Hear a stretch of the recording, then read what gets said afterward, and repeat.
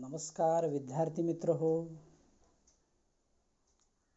आपण सहकार या विषयामध्ये सहकारी संस्थेचे संघटन नावाचे प्रकरण अभ्यासत आहोत. यामध्ये गेल्या साला आपण व्यवस्थापन समिती म्हणजे काय आणि व्यवस्थापन समितीची विविध कार्ये आपण अभ्यासलेली आहेत. तर या कार्यांचा अभ्यास करत असताना व्यवस्थापन समिती ही सहकारी संस्थेचा दैनंदिन कारभार सुरळीतपणे पार पाडण्याचं काम करते असं आपण अभ्यासलं आहे.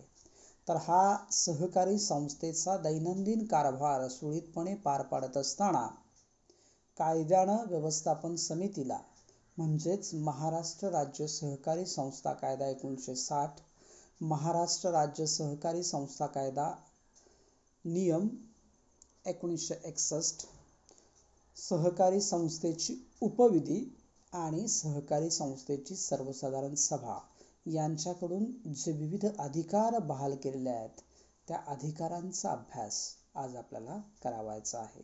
तर व्यवस्थापन समितीचे अधिकार पुढील प्रमाणे आपल्याला सांगता येतील.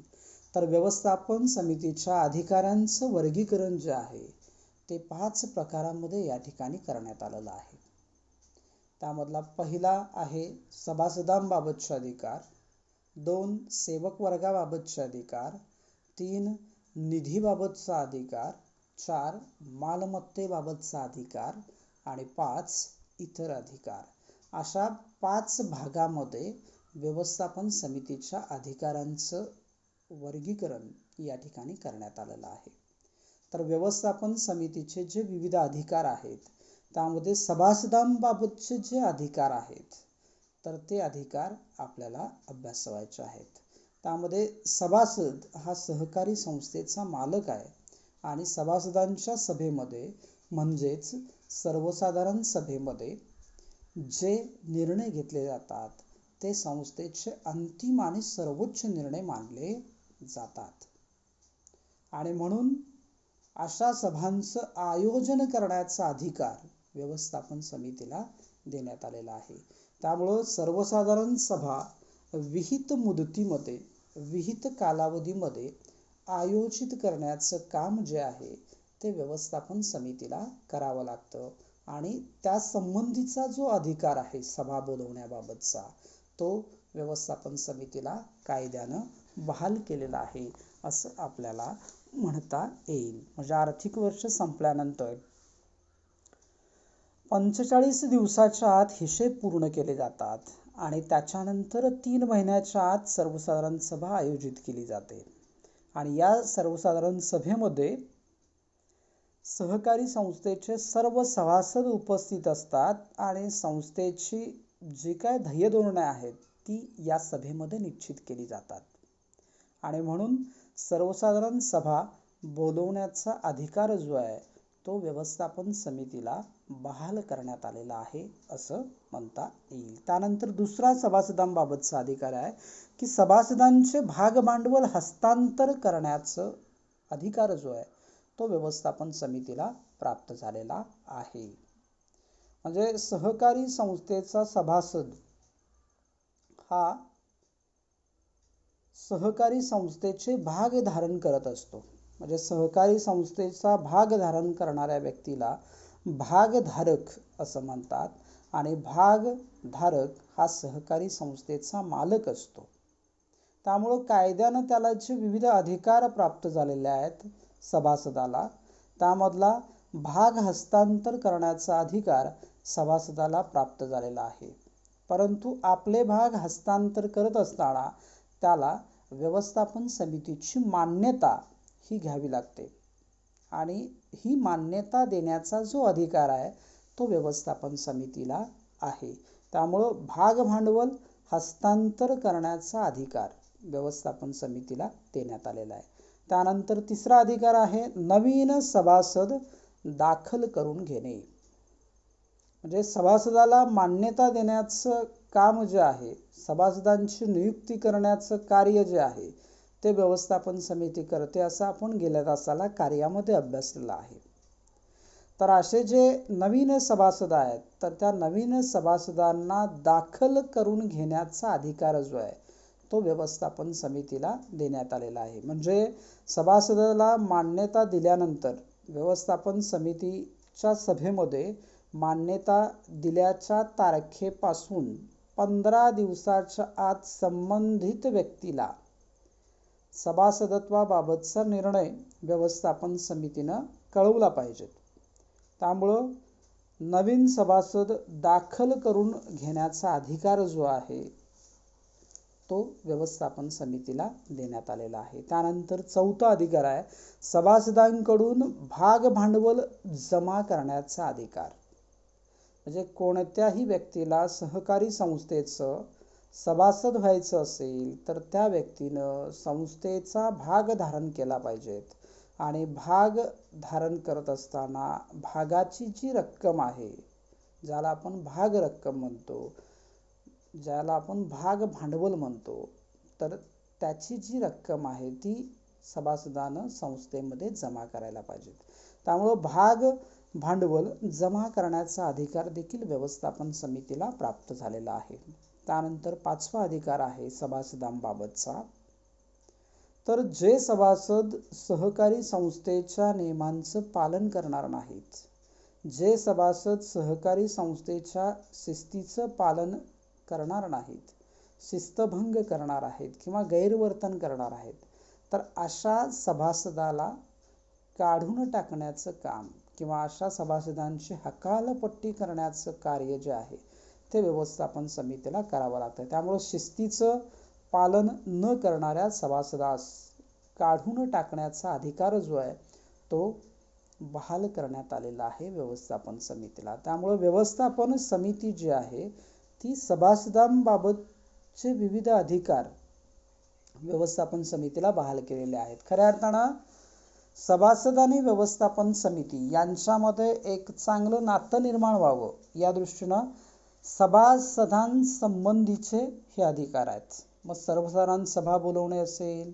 भाग भांडवल हस्तांतर करणे असेल, नवीन सभासदांना मान्यता देणे असेल, भाग भांडवल जमा करून घेणे असेल किंवा शिस्तभंगाची कारवाई सभासदांच्यावर केली जाईल. म्हणजे जर नियमांचं पालन केलं नसेल तर अशा व्यक्तीबरोबर गुन्हा दाखल करण्याचं काम किंवा अशा व्यक्तीला कडक कारवाई करण्याचं काम व्यवस्थापन समितीला देण्यात आलेलं आहे. त्यामुळे व्यवस्थापन समिती सभासदांबाबतचे हे अधिकार आहेत. त्यानंतर दुसरा अधिकार आहे सेवक वर्गाबाबतचा अधिकार.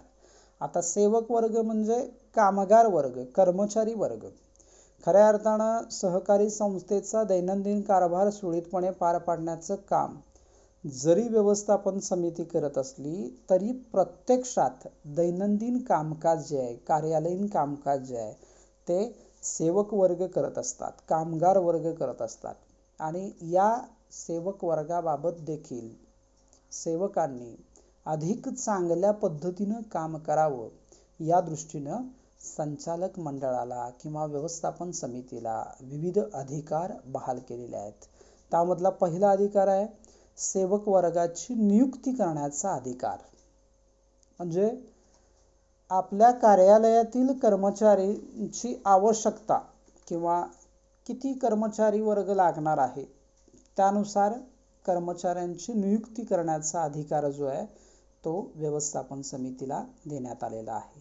त्याचबरोबर नियुक्त केलेल्या कर्मचाऱ्याला वेतन निश्चित करण्याचा अधिकार जो आहे तो देखील व्यवस्थापन समितीला देण्यात आलेला आहे.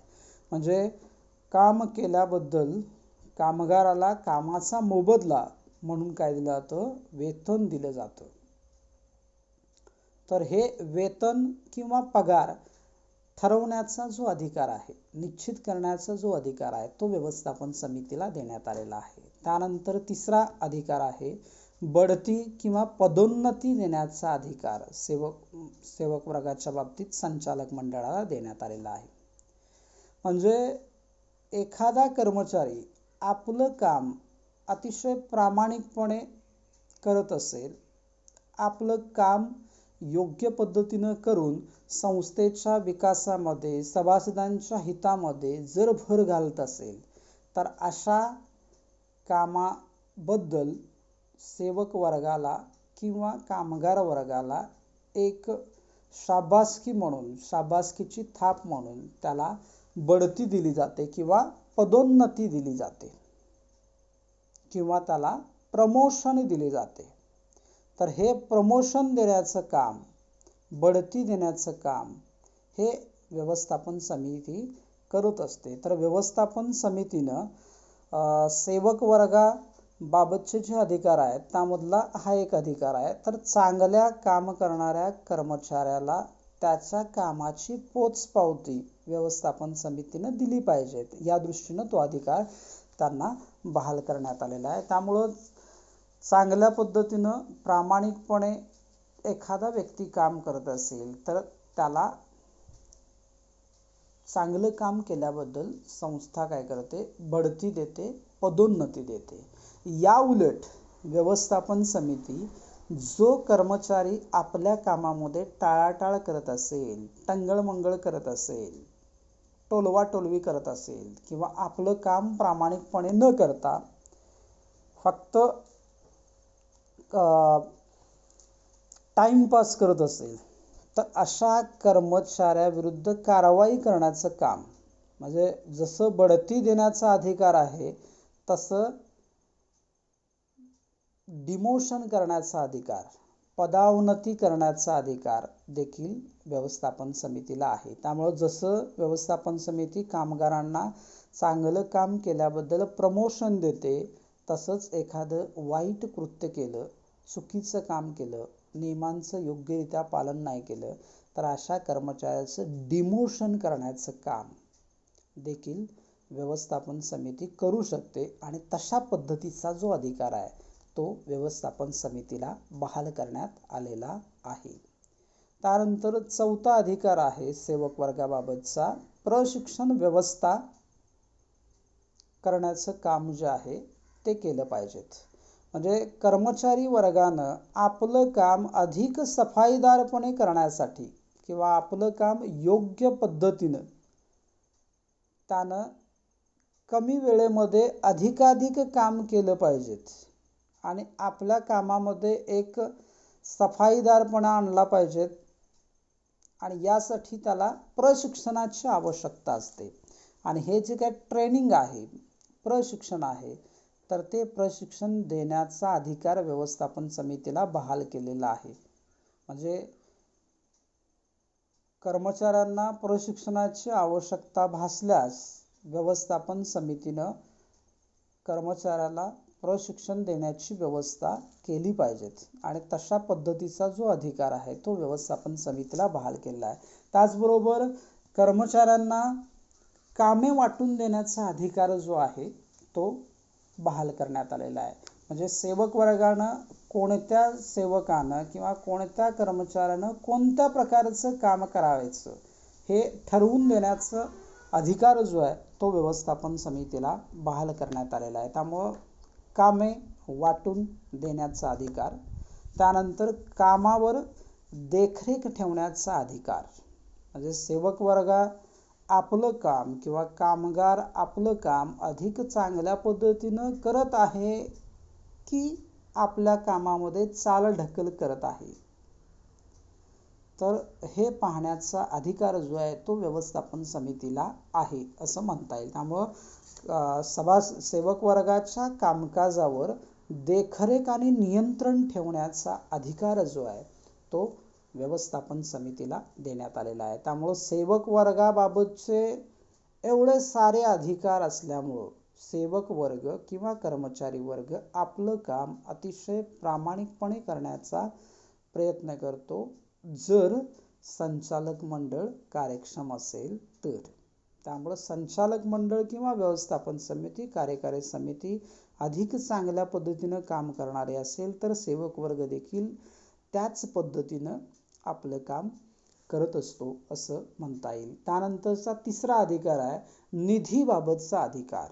म्हणजे खऱ्या अर्थानं सहकारी संस्थेच्या विकासासाठी निधीची आवश्यकता असते आणि हा निधी उभा करण्याचं जे काय कार्य आहे ते व्यवस्थापन समितीला करावं लागतं. त्यामुळे संस्था कार्यासाठी आवश्यक निधी उभारणे आणि हा निधी जो आहे तो योग्य ठिकाणी खर्च करण्याचा अधिकार जो आहे तो व्यवस्थापन समितीला बहाल करण्यात आलेला आहे.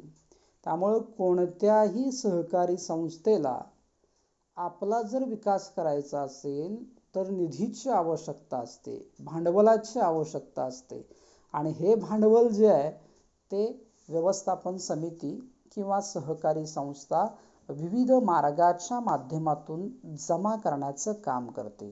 त्यामध्ये भांडवल उभारणीचे जे विविध मार्ग आहेत, अंतर्गत मार्ग आणि बहिर्गत मार्ग.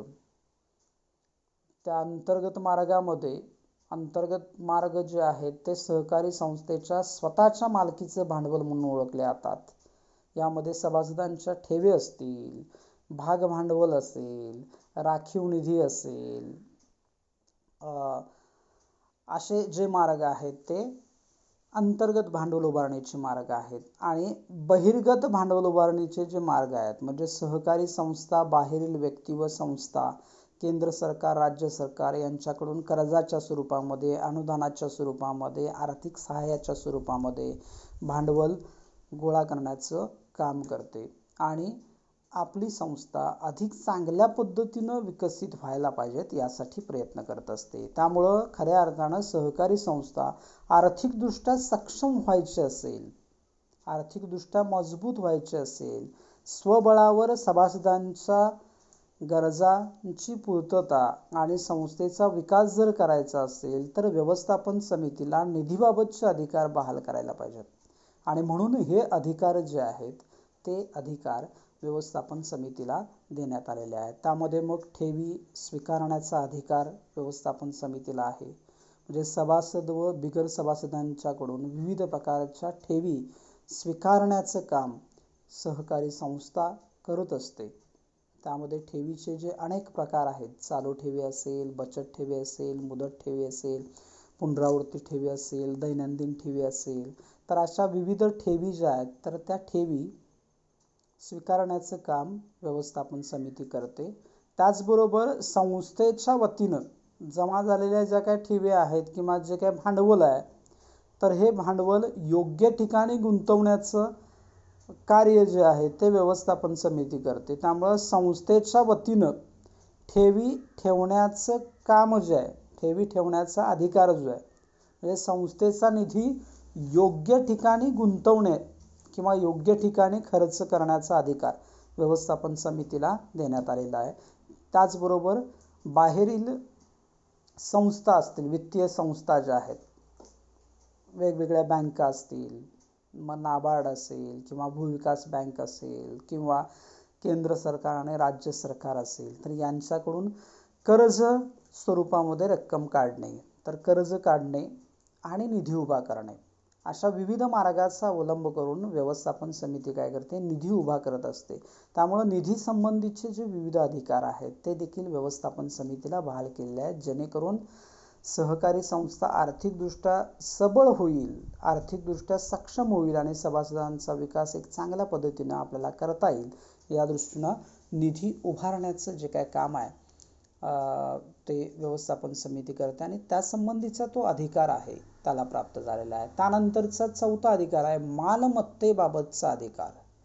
मालमत्ता किंवा संपत्ती बाबतचा जो अधिकार आहे तो अधिकार व्यवस्थापन समितीला बहाल केला आहे. त्यामधला मालमत्तेबाबतचे जे अधिकार आहेत त्यामध्ये सहकारी संस्थेच्या कार्यालयासाठी जमीन खरेदी करणे असेल, त्यानंतर इमारतीसाठी जागा पाहणे असेल किंवा जागा खरेदी करणे असेल, फर्निचर खरेदी करणे असेल इत्यादी बाबत मालमत्ता तयार करणे किंवा मालमत्ता खरेदी करण्याचा जो अधिकार आहे म्हणजे सहकारी संस्थेची संपत्ती आणि मालमत्ता निर्माण करण्याचं जे काही काम आहे ते व्यवस्थापन समितीला करावं लागतं.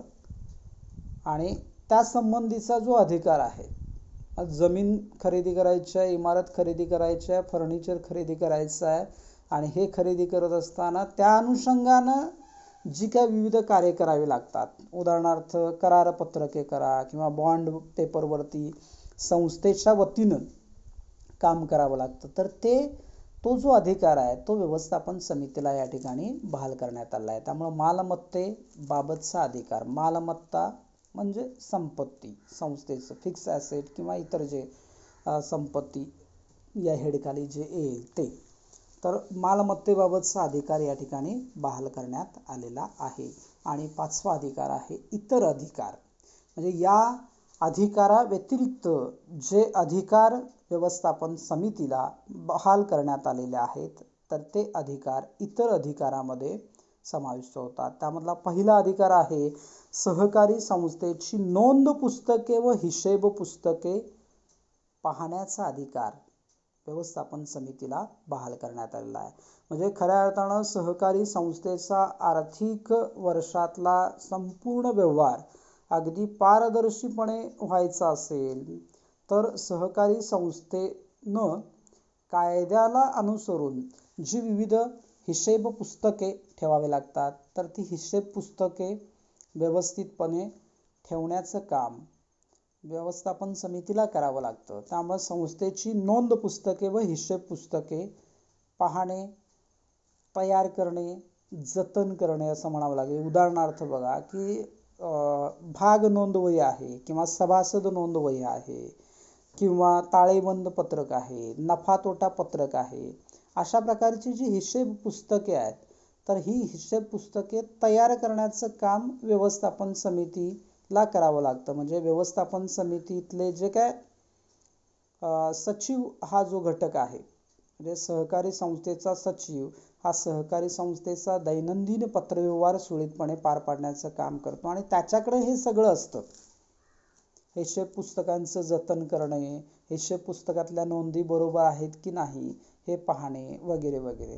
तर ही संस्थेची नोंद पुस्तके व हिशेब पुस्तके व्यवस्थापन समितीला चांगल्या रीतीने पाहावे लागतात. त्यातल्या ज्या नोंदी आहेत त्या अचूक केलेल्या आहेत की नाही याची देखील पडताळणी करावी लागते, त्याला मान्यता द्यावी लागते. आणि म्हणून दुसरा अधिकार आहे मासिक, त्रैमासिक व वार्षिक हिशेब पत्रके तयार करणे व त्याला मंजुरी देणे. मासिक म्हणजे दर महिन्याला प्रकाशित होणारं पत्रक जे आहे तर त्याला मासिक असं म्हणतात. त्रैमासिक म्हणजे 3 महिन्याला प्रसिद्ध होणारं पत्रक म्हणजे त्रैमासिक. त्यानंतर वार्षिक म्हणजे दर वर्षाला प्रकाशित होणारं, प्रसिद्ध होणारं पत्रक त्याला वार्षिक. म्हणजे मासिक, त्रैमासिक, वार्षिक अशी जी काही हिशेब पत्रके संस्थेला तयार करावी लागतात आणि अशा हिशेब पुस्तकांना मंजुरी देण्याचं जे काही कार्य आहे तर ते व्यवस्थापन समितीला करावं लागतं. त्यामुळं त्या संबंधीचा जो अधिकार आहे तो व्यवस्थापन समितीला बहाल करण्यात आलेला आहे. त्याच्यानंतर तिसरा जो अधिकार आहे तो उपसमित्या नियुक्त करण्याचा अधिकार जो आहे तो व्यवस्थापन समितीला प्राप्त झालेला आहे. उपसमित्या नियुक्त करण्याचा जो काही अधिकार आहे, म्हणजे ज्या सहकारी संस्था मोठ्या सहकारी संस्था आहेत, ज्यांच्या कार्याची व्याप्ती मोठी आहे, व्यापकता मोठी आहे आणि कार्याची व्याप्ती मोठी असल्यामुळं सहकारी संस्थेची जी काही विविध कार्यक्षेत्र आहेत किंवा सहकारी संस्थेचे विविध विभाग केले जातात, भाग केले जातात आणि प्रत्येक विभाग वेगवेगळ्या संस्थेच्या म्हणजे संचालक मंडळाकडे दिला जातो. तर हे काय उपसमित्या नियुक्त करण्याचं. उदाहरणार्थ बघा की सहकारी साखर कारखाना असेल तर सहकारी साखर कारखाना ही एक सहकारी संस्थाच आहे आणि यामध्ये कामाची व्याप्ती पाहून वेगवेगळ्या प्रकारचे विभाग केले जातात. उदाहरणार्थ केन समिती, केन म्हणजे ऊस समिती, त्यानंतर अर्थ व हिशेब समिती, जलसिंचन समिती, अशा प्रकारच्या वेगवेगळ्या समित्या नियुक्त केल्या जातात आणि या समितीवर व्यवस्थापन समितीतले जे सदस्य आहेत तर त्या सदस्यांच्याकडं काय केलं जातं, विभाग ते विभाग दिले जातात. त्यामुळे उपसमित्या नियुक्त करण्याचा अधिकार देखील व्यवस्थापन समितीला बहाल करण्यात आलेला आहे. इथं आपल्याला व्यवस्थापन समितीचे जे विविध अधिकार आहेत ते अधिकार समजण्यास मदत होईल. इथं आपण थांबू. धन्यवाद.